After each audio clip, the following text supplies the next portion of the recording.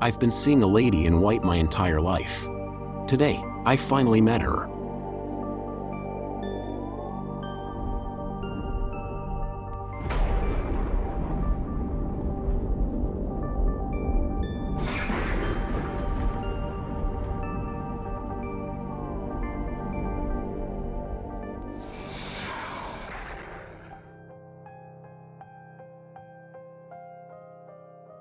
Perhaps saying my entire life is a little bit of a stretch, but it's been just about that long. My first encounter with her was when I was 8. We just moved to a new neighborhood a couple months back. Now that we were settled, my father had gone on a business trip to Guatemala and came back with a friend. He stayed in our spare bedroom for a couple weeks. My family works in fashion. My mother, a seamstress and a tailor, and my father was a designer and business owner. Our house was generally littered with rolls of fabrics, sheets of paper for designs and patterns, and half-finished projects that were in transition from our home and their work. We had a couple bust mannequins, and they'd usually stay in the living room with some of my mom's work on display. It wasn't strange for my dad to bring over a business partner or family friend to stay for a week or two so they could work on ideas together. One of those nights, it was just me and Mom, as my dad and his friend were still at work.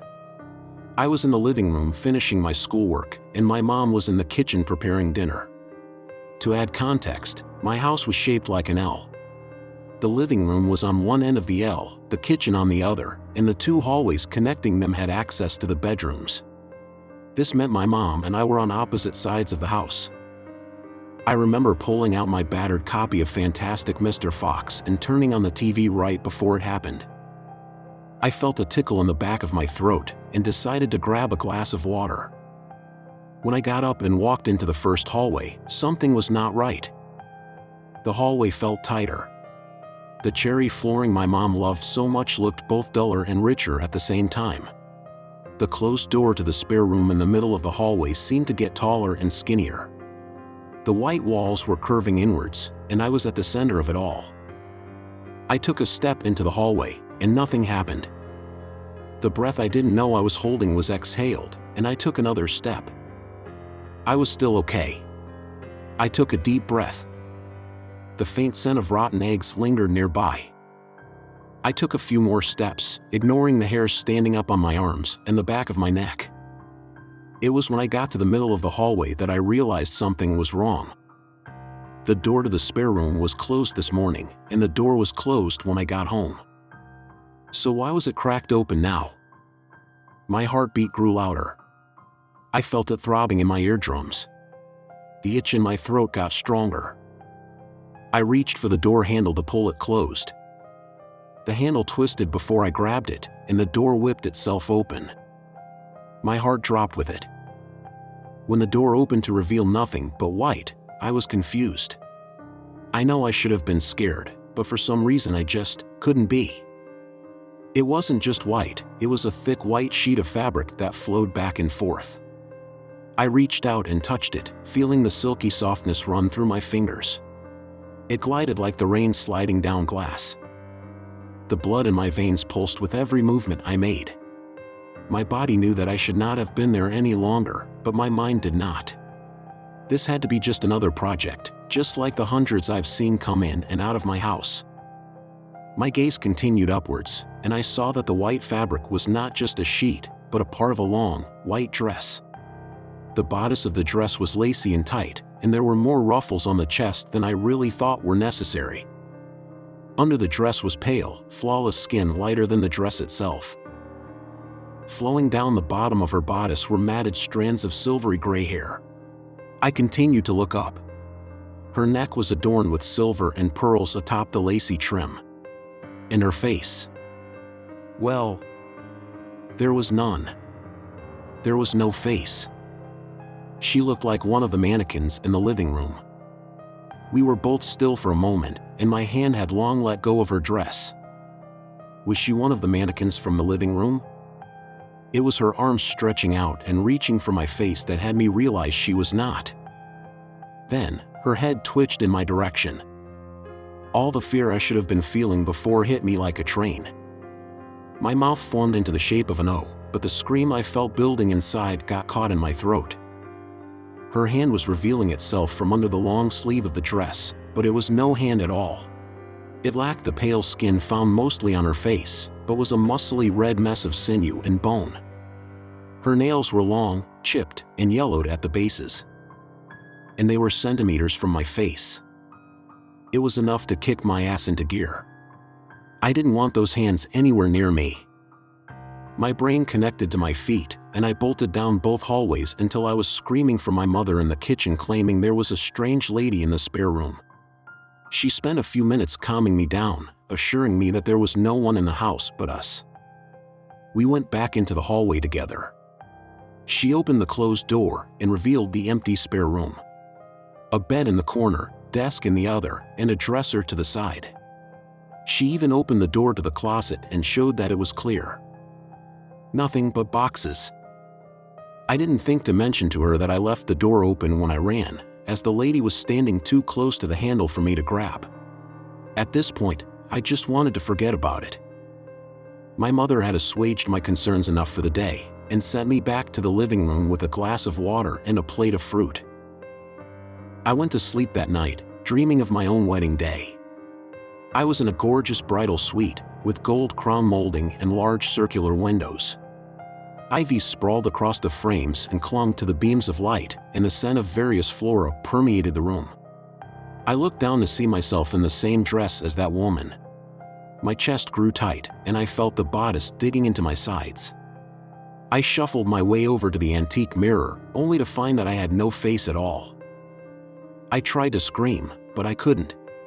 The door opened, and the faceless woman walked towards me, her arms outstretched and showing slivers of the skinless hands underneath. I woke up in a cold sweat, hints of dawn peeking in through my curtains. I stayed still in bed thinking about her, until my mother knocked on my door to tell me it was time to get ready. I went about my daily motions and began my short walk to school, choosing to suppress the eerie dream I had that night. Then, I saw my friends and forgot about her entirely. I didn't even remember our first encounter, not until I saw her again a few years later at my dad's funeral.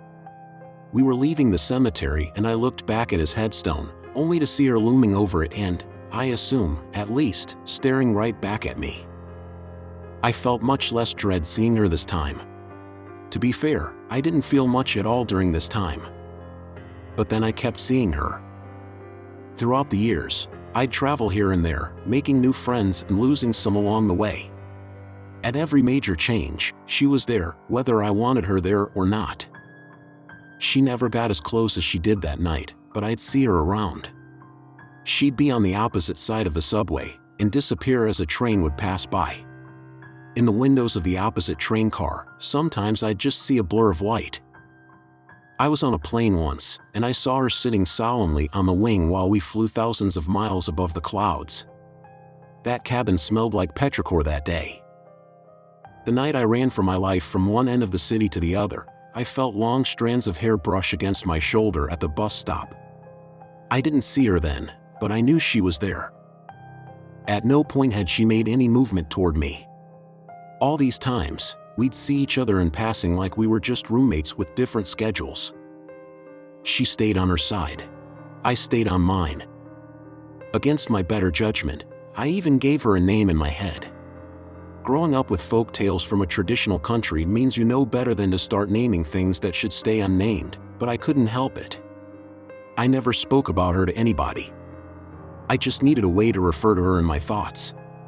At one point, I had to stop calling her just the lady in white. It meant little though, as she didn't show for years after that night at the bus stop. During that time, I managed to turn around my life. It wasn't that I was doing anything wrong, but more so that I hadn't done anything right. I dropped out of college at 19, packed a bag, and booked a one-way trip to Spain. I spent a year there, a couple more in Europe, and ended up back in New York. A couple road trips and a flight back from Canada later, I realized that I needed to find a better way of sustaining myself. Having spent my early 20s as a traveling nomad, I successfully stumbled upon a job as a copy editor for a lifestyle magazine. A couple years of bouncing around for them, and I landed myself as the creative director of an upcoming startup for those who were kickstarting their digital nomad life. As a part of the job, I was required to travel to such locations on demand. We needed a slew of content before our launch, and I was in charge of getting it. Being paid to travel and write about it was honestly a dream, and I was finally in a place where I could say that I was happy. I suppose that's why I should not have been surprised when she showed up again. I was stepping off a jet at LAX when I felt it. The airport just felt smaller than it did before. The people around me seemed to be moving at a step slower than I was. While the sun was still high in the sky, and its rays beamed through the windows, I couldn't feel the heat from it. The air tasted stale and slightly of ash, but I continued to move. I had a bunch of meetings early tomorrow morning, and I only had a few hours to spend in LA before I would be whisked off to Napa for the weekend. I couldn't afford to lose any time. I made my way outside to the passenger pickup location to look for my driver when I saw her instead. Standing on the other end of the street under the parking garage in stark contrast to the dark entrance was her. Eliana. She was as still as ever before. The hem of her dress flowed back and forth, though not a single breeze came in our direction. I felt my throat get dry when I felt someone grab the back of my shirt and pull me into the street. My elbows hit the pavement first, sending jolts of pain up my arms. My head was next, and I went dizzy the moment I felt it crack against the concrete. My suitcase fell on top of me, creating another layer of pain and confusion for me. I groaned and turned my head, only to become starstruck when I saw two beams of bright lights coming in my direction with what seemed like no intention to stop. I was about to die. The next 10 seconds felt like an eternity. I barely heard the screech of tires before I was picked up with superhuman ease and flung back onto the sidewalk. Stars reeling around in my vision, I fought through it to see her where I had originally landed. She was crouched in the streets, feet pointed outwards. Her head moved around in erratic ticks, as if she was a broken doll, still facing the car. One of her arms was stretched out touching the car that would have hit me, except on closer look, it seemed like the front end of it had been crumpled up. Almost as if the car had run into her and met its demise that way. There was a plume of black smoke seeping out of the driver's side window. The smoke was so thick, and I was sure it was why I was tasting ash in my mouth. Thin tendrils of smoke dropped from the window, one slithering towards Eliana and the other towards me. Why didn't I feel scared? With an ear-splitting screech into the skies, the smoke dissipated. For a second, I thought I saw a tongue dart out of where her mouth should have been. She let go of the car and got on all fours. She moved like a spider, both in fashion and in speed. I didn't have time to react. Her faceless face was next to mine now, a sinewy hand reaching towards my face like they did all those years ago. She reeked of sulfur and ash, strong enough to gag me. She sat in front of me on her knees. I stared at her hands, too afraid to meet the white void that sat where her face should. Her other hand touched my own, and suddenly I was that 8-year-old in the hallway once again. All the fear from the countless sightings of her had found itself in a pit in my stomach, growing stronger as she got closer. I couldn't move. I couldn't scream. I couldn't talk. I was frozen, and she was here. All I could do was beg. "Please, Eliana," I thought. "Please don't hurt me." Her head cocked suddenly, and I heard a deep, guttural clicking come from the direction her mouth should have been. "How do you know my name?" I felt her say. Her ghastly hand finally touched my face. And just like that, she was gone. Her grip on my wrist and her slimy touch was gone. A crowd of people had gathered around me, some reaching out in concern. "Are you okay? What just happened?" Questions blurred around me as I muttered that I was fine, and just needed to get myself together. I noticed there was a lack of pain where there was much before, but I didn't think to question it. I just had to leave. I wasn't allowed to leave for a couple hours, as a few witnesses had called the respective authorities to the accident. From what I understood, they had seen a man bump into me and sent me flying into the street. The oncoming car had stopped just short of hitting me, and I managed to crawl back to the sidewalk just as they approached me. I'm back in my hotel now, and I feel just fine. It's like that entire thing just didn't happen. If you can't tell by now, I'm still processing everything. I just knew I had to get my word out somewhere, because, well, she's here.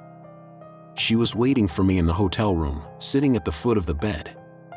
The moment I opened the door, the odor of pure sulfur flooded my nostrils. The TV remote was next to her, but the only channel on was static.